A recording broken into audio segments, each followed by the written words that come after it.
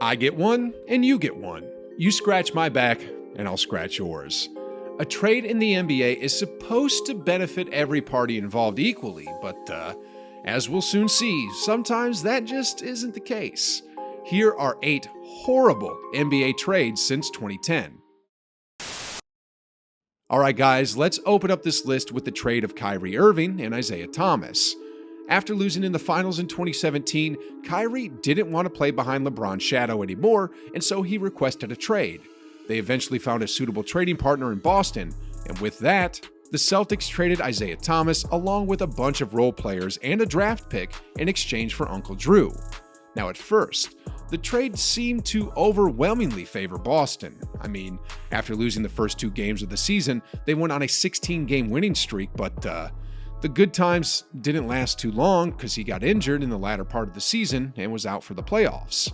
Then, in the following season, tensions started to brew within the locker room where he started blaming his teammates, and soon after that, Celtics fans began to hate on him for his behavior. Meanwhile, Isaiah never recovered from his hip injury and just suited up for a total of 15 games for the Cavs. He was then traded to the Lakers midway through the season, and since then, IT has been bouncing off from one team to another. This was a lose-lose scenario for both teams. I mean, Kyrie actually made Boston worse in those 2 seasons, and on the other hand, the Cavs received an injured player who never performed up to his expected potential. Anyway, guys, while that trade seems to be really bad, it's actually nothing compared to this next one. After a disappointing first-round exit in 2021, the Lakers recruited Russell Westbrook in exchange for Kyle Kuzma, Montrezl Harrell, KCP, and a first-round pick. The Lakers essentially gambled away their depth and future to acquire Russ because they believed that having a bunch of superstars was the key to winning another title. But as we all know, that formula doesn't always work out, and the Lakers, well, they had it coming. As the season went on, we began to see that Russ was clearly a bad fit alongside AD and Bron, and most of the time, he just looked lost and confused out there. Most of the year.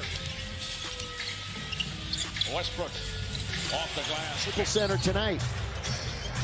Game 3 of the 5-game.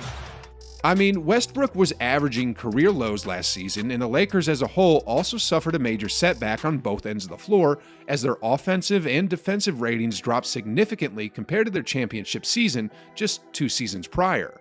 The Lakers failed to unload Russ this offseason, and now they have no choice but to run it back with the pieces they currently have. It's got to be a championship or bust for the Lakers yet again. Otherwise, this trade will go down as one of the worst trades in Lakers history. Anyways, trading for superstars doesn't always result in success, but some teams like Minnesota are willing to pay the price just to get the job done. Check this out. The T-Wolves literally gave up multiple key pieces along with 5 future picks just to get Rudy Gobert.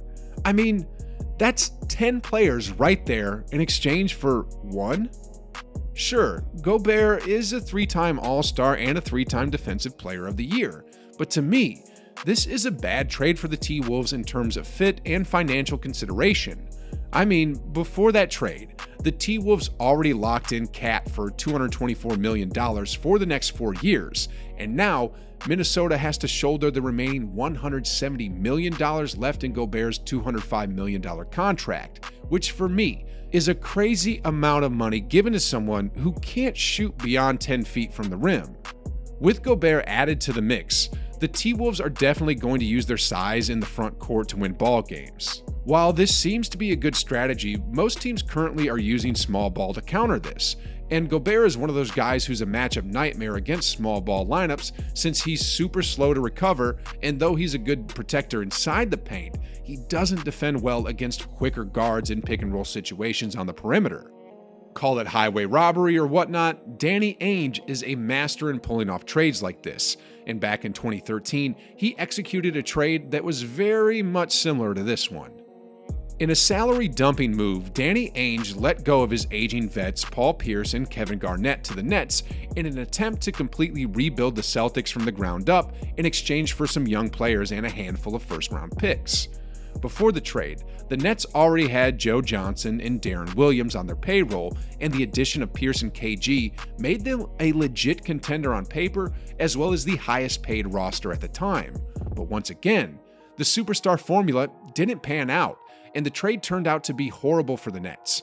I mean, over the next 2 seasons, the farthest the Nets have gone was just the Eastern Conference semifinals, and after that, they went back to being irrelevant. Meanwhile, the Celtics felt like they just won the lottery with that trade because the first-round picks they got from the Nets became Jaylen Brown in 2016 and Jason Tatum in 2017. By far, this has to be the worst trade in Nets history, while for Boston, this is one of their best trades in franchise history. Now, among the blockbuster trades that happened in the last 10 years, this next one didn't create a lot of buzz, but it's definitely worthy to be included in this list. Back in 2014, the Mavs were looking for someone that had championship experience to complete their solid roster, which featured Monte Ellis, Chandler Parsons, and a 36-year-old Dirk Nowitzki. And so they pulled a trade that sent key players like Jay Crowder, Jameer Nelson, Brendan Wright, and a couple of picks to Boston in exchange for Rajon Rondo.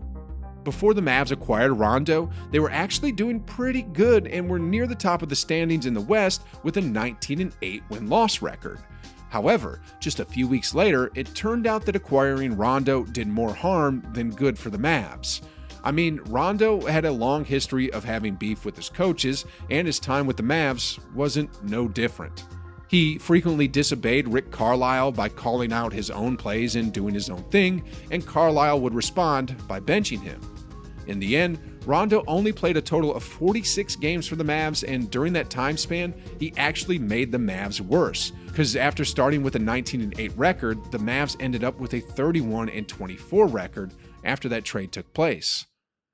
Anyway, guys, for the next bad trade, let's look back at what happened in 2011 between the Spurs and the Pacers. In the 2011 NBA draft, the Pacers originally selected Kawhi Leonard as the 15th overall pick, but a few moments later, they decided to give him away to the San Antonio Spurs. See, Indiana has always kept an eye on George Hill. They actually had a chance to get him in the 2008 draft, but that didn't happen because the Spurs got him first at the 26th pick. Now that Indiana had the bargaining chip, they finally pulled the trade to get Hill in exchange for Kawhi, a sweet-shooting big named Arizem Lorbeck, and the number 42 pick of the 2011 draft, which turned out to be Davis Bertans. Aside from the fact that they really wanted Hill, the Pacers had a loaded front court at the time, with the likes of Danny Granger, Lance Stevenson, and a rising star named Paul George, which made the trade even more sensible for the Pacers. Though it seemed to be a good trade for Indiana initially, nobody thought that Kawhi would blossom into a legit superstar that would win multiple championships and Finals MVP. Moving on here, for the next one on the list, we got the Lakers trading for Steve Nash back in 2012.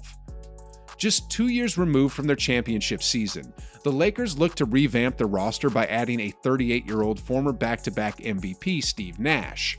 Now, after adding Nash, they also acquired Dwight Howard, and together with Kobe and Pau Gasol, this Lakers lineup was poised to win 82 games and destroy every team that stood in their way. However, despite how stacked they were on paper, this lineup was already deemed to fail before it even fully took off. I mean, Nash was just too old, Pau was hurt, and Kobe and Dwight had their issues too. Well, to sum up what really happened that season, here's Steve Nash explaining why this Lakers team didn't really work out. I didn't think it was a great fit. I think everyone thought this winning a championship will happen, but then when it started happening, a lot of factors. 1, I broke my knee in the second game. I was never the same, and I'm still not the same. Pau was going through a stretch where he was exhausted from playing for Spain all throughout the summers. Dwight just came off the back surgery. You add it all up, and I don't think it would have ever worked. It was doomed. Alright guys, for the next one, we're going to take a look back at what happened to the trade that sent James Harden to Houston. Back in 2012, the Thunder pulled the unthinkable by trading James Harden to Houston in exchange for a bunch of picks and rising players like Kevin Martin and Jeremy Lamb. You see, after making the 2012 finals, OKC looked to run things back the following season by keeping their core intact. First, they signed Russ and KD to lucrative max contracts, and then they convinced Ibaka to stay by giving him a decent amount of money, which then left James Harden at the negotiation table. With KD, Russ, and Ibaka already committed to OKC, this now created a big problem on their payroll because if they offered Harden the same amount of money as KD or Russ, then OKC would have been penalized and they'd have been forced to pay a hefty luxury tax. With this in mind, OKC lowballed Harden and just offered him $54 million over 4 years, despite knowing his real worth, and to make it worse, they only gave him 24 hours to think about it. Harden, on the other hand, wasn't clearly happy and, as they say, the rest was history. In the end, OKC got the worst of this trade because Kevin Martin and Jeremy Lamb turned out to be below average players. Meanwhile, Harden became an MVP in a few years' time, and he also transformed into one of the best elite scorers that the NBA has ever seen.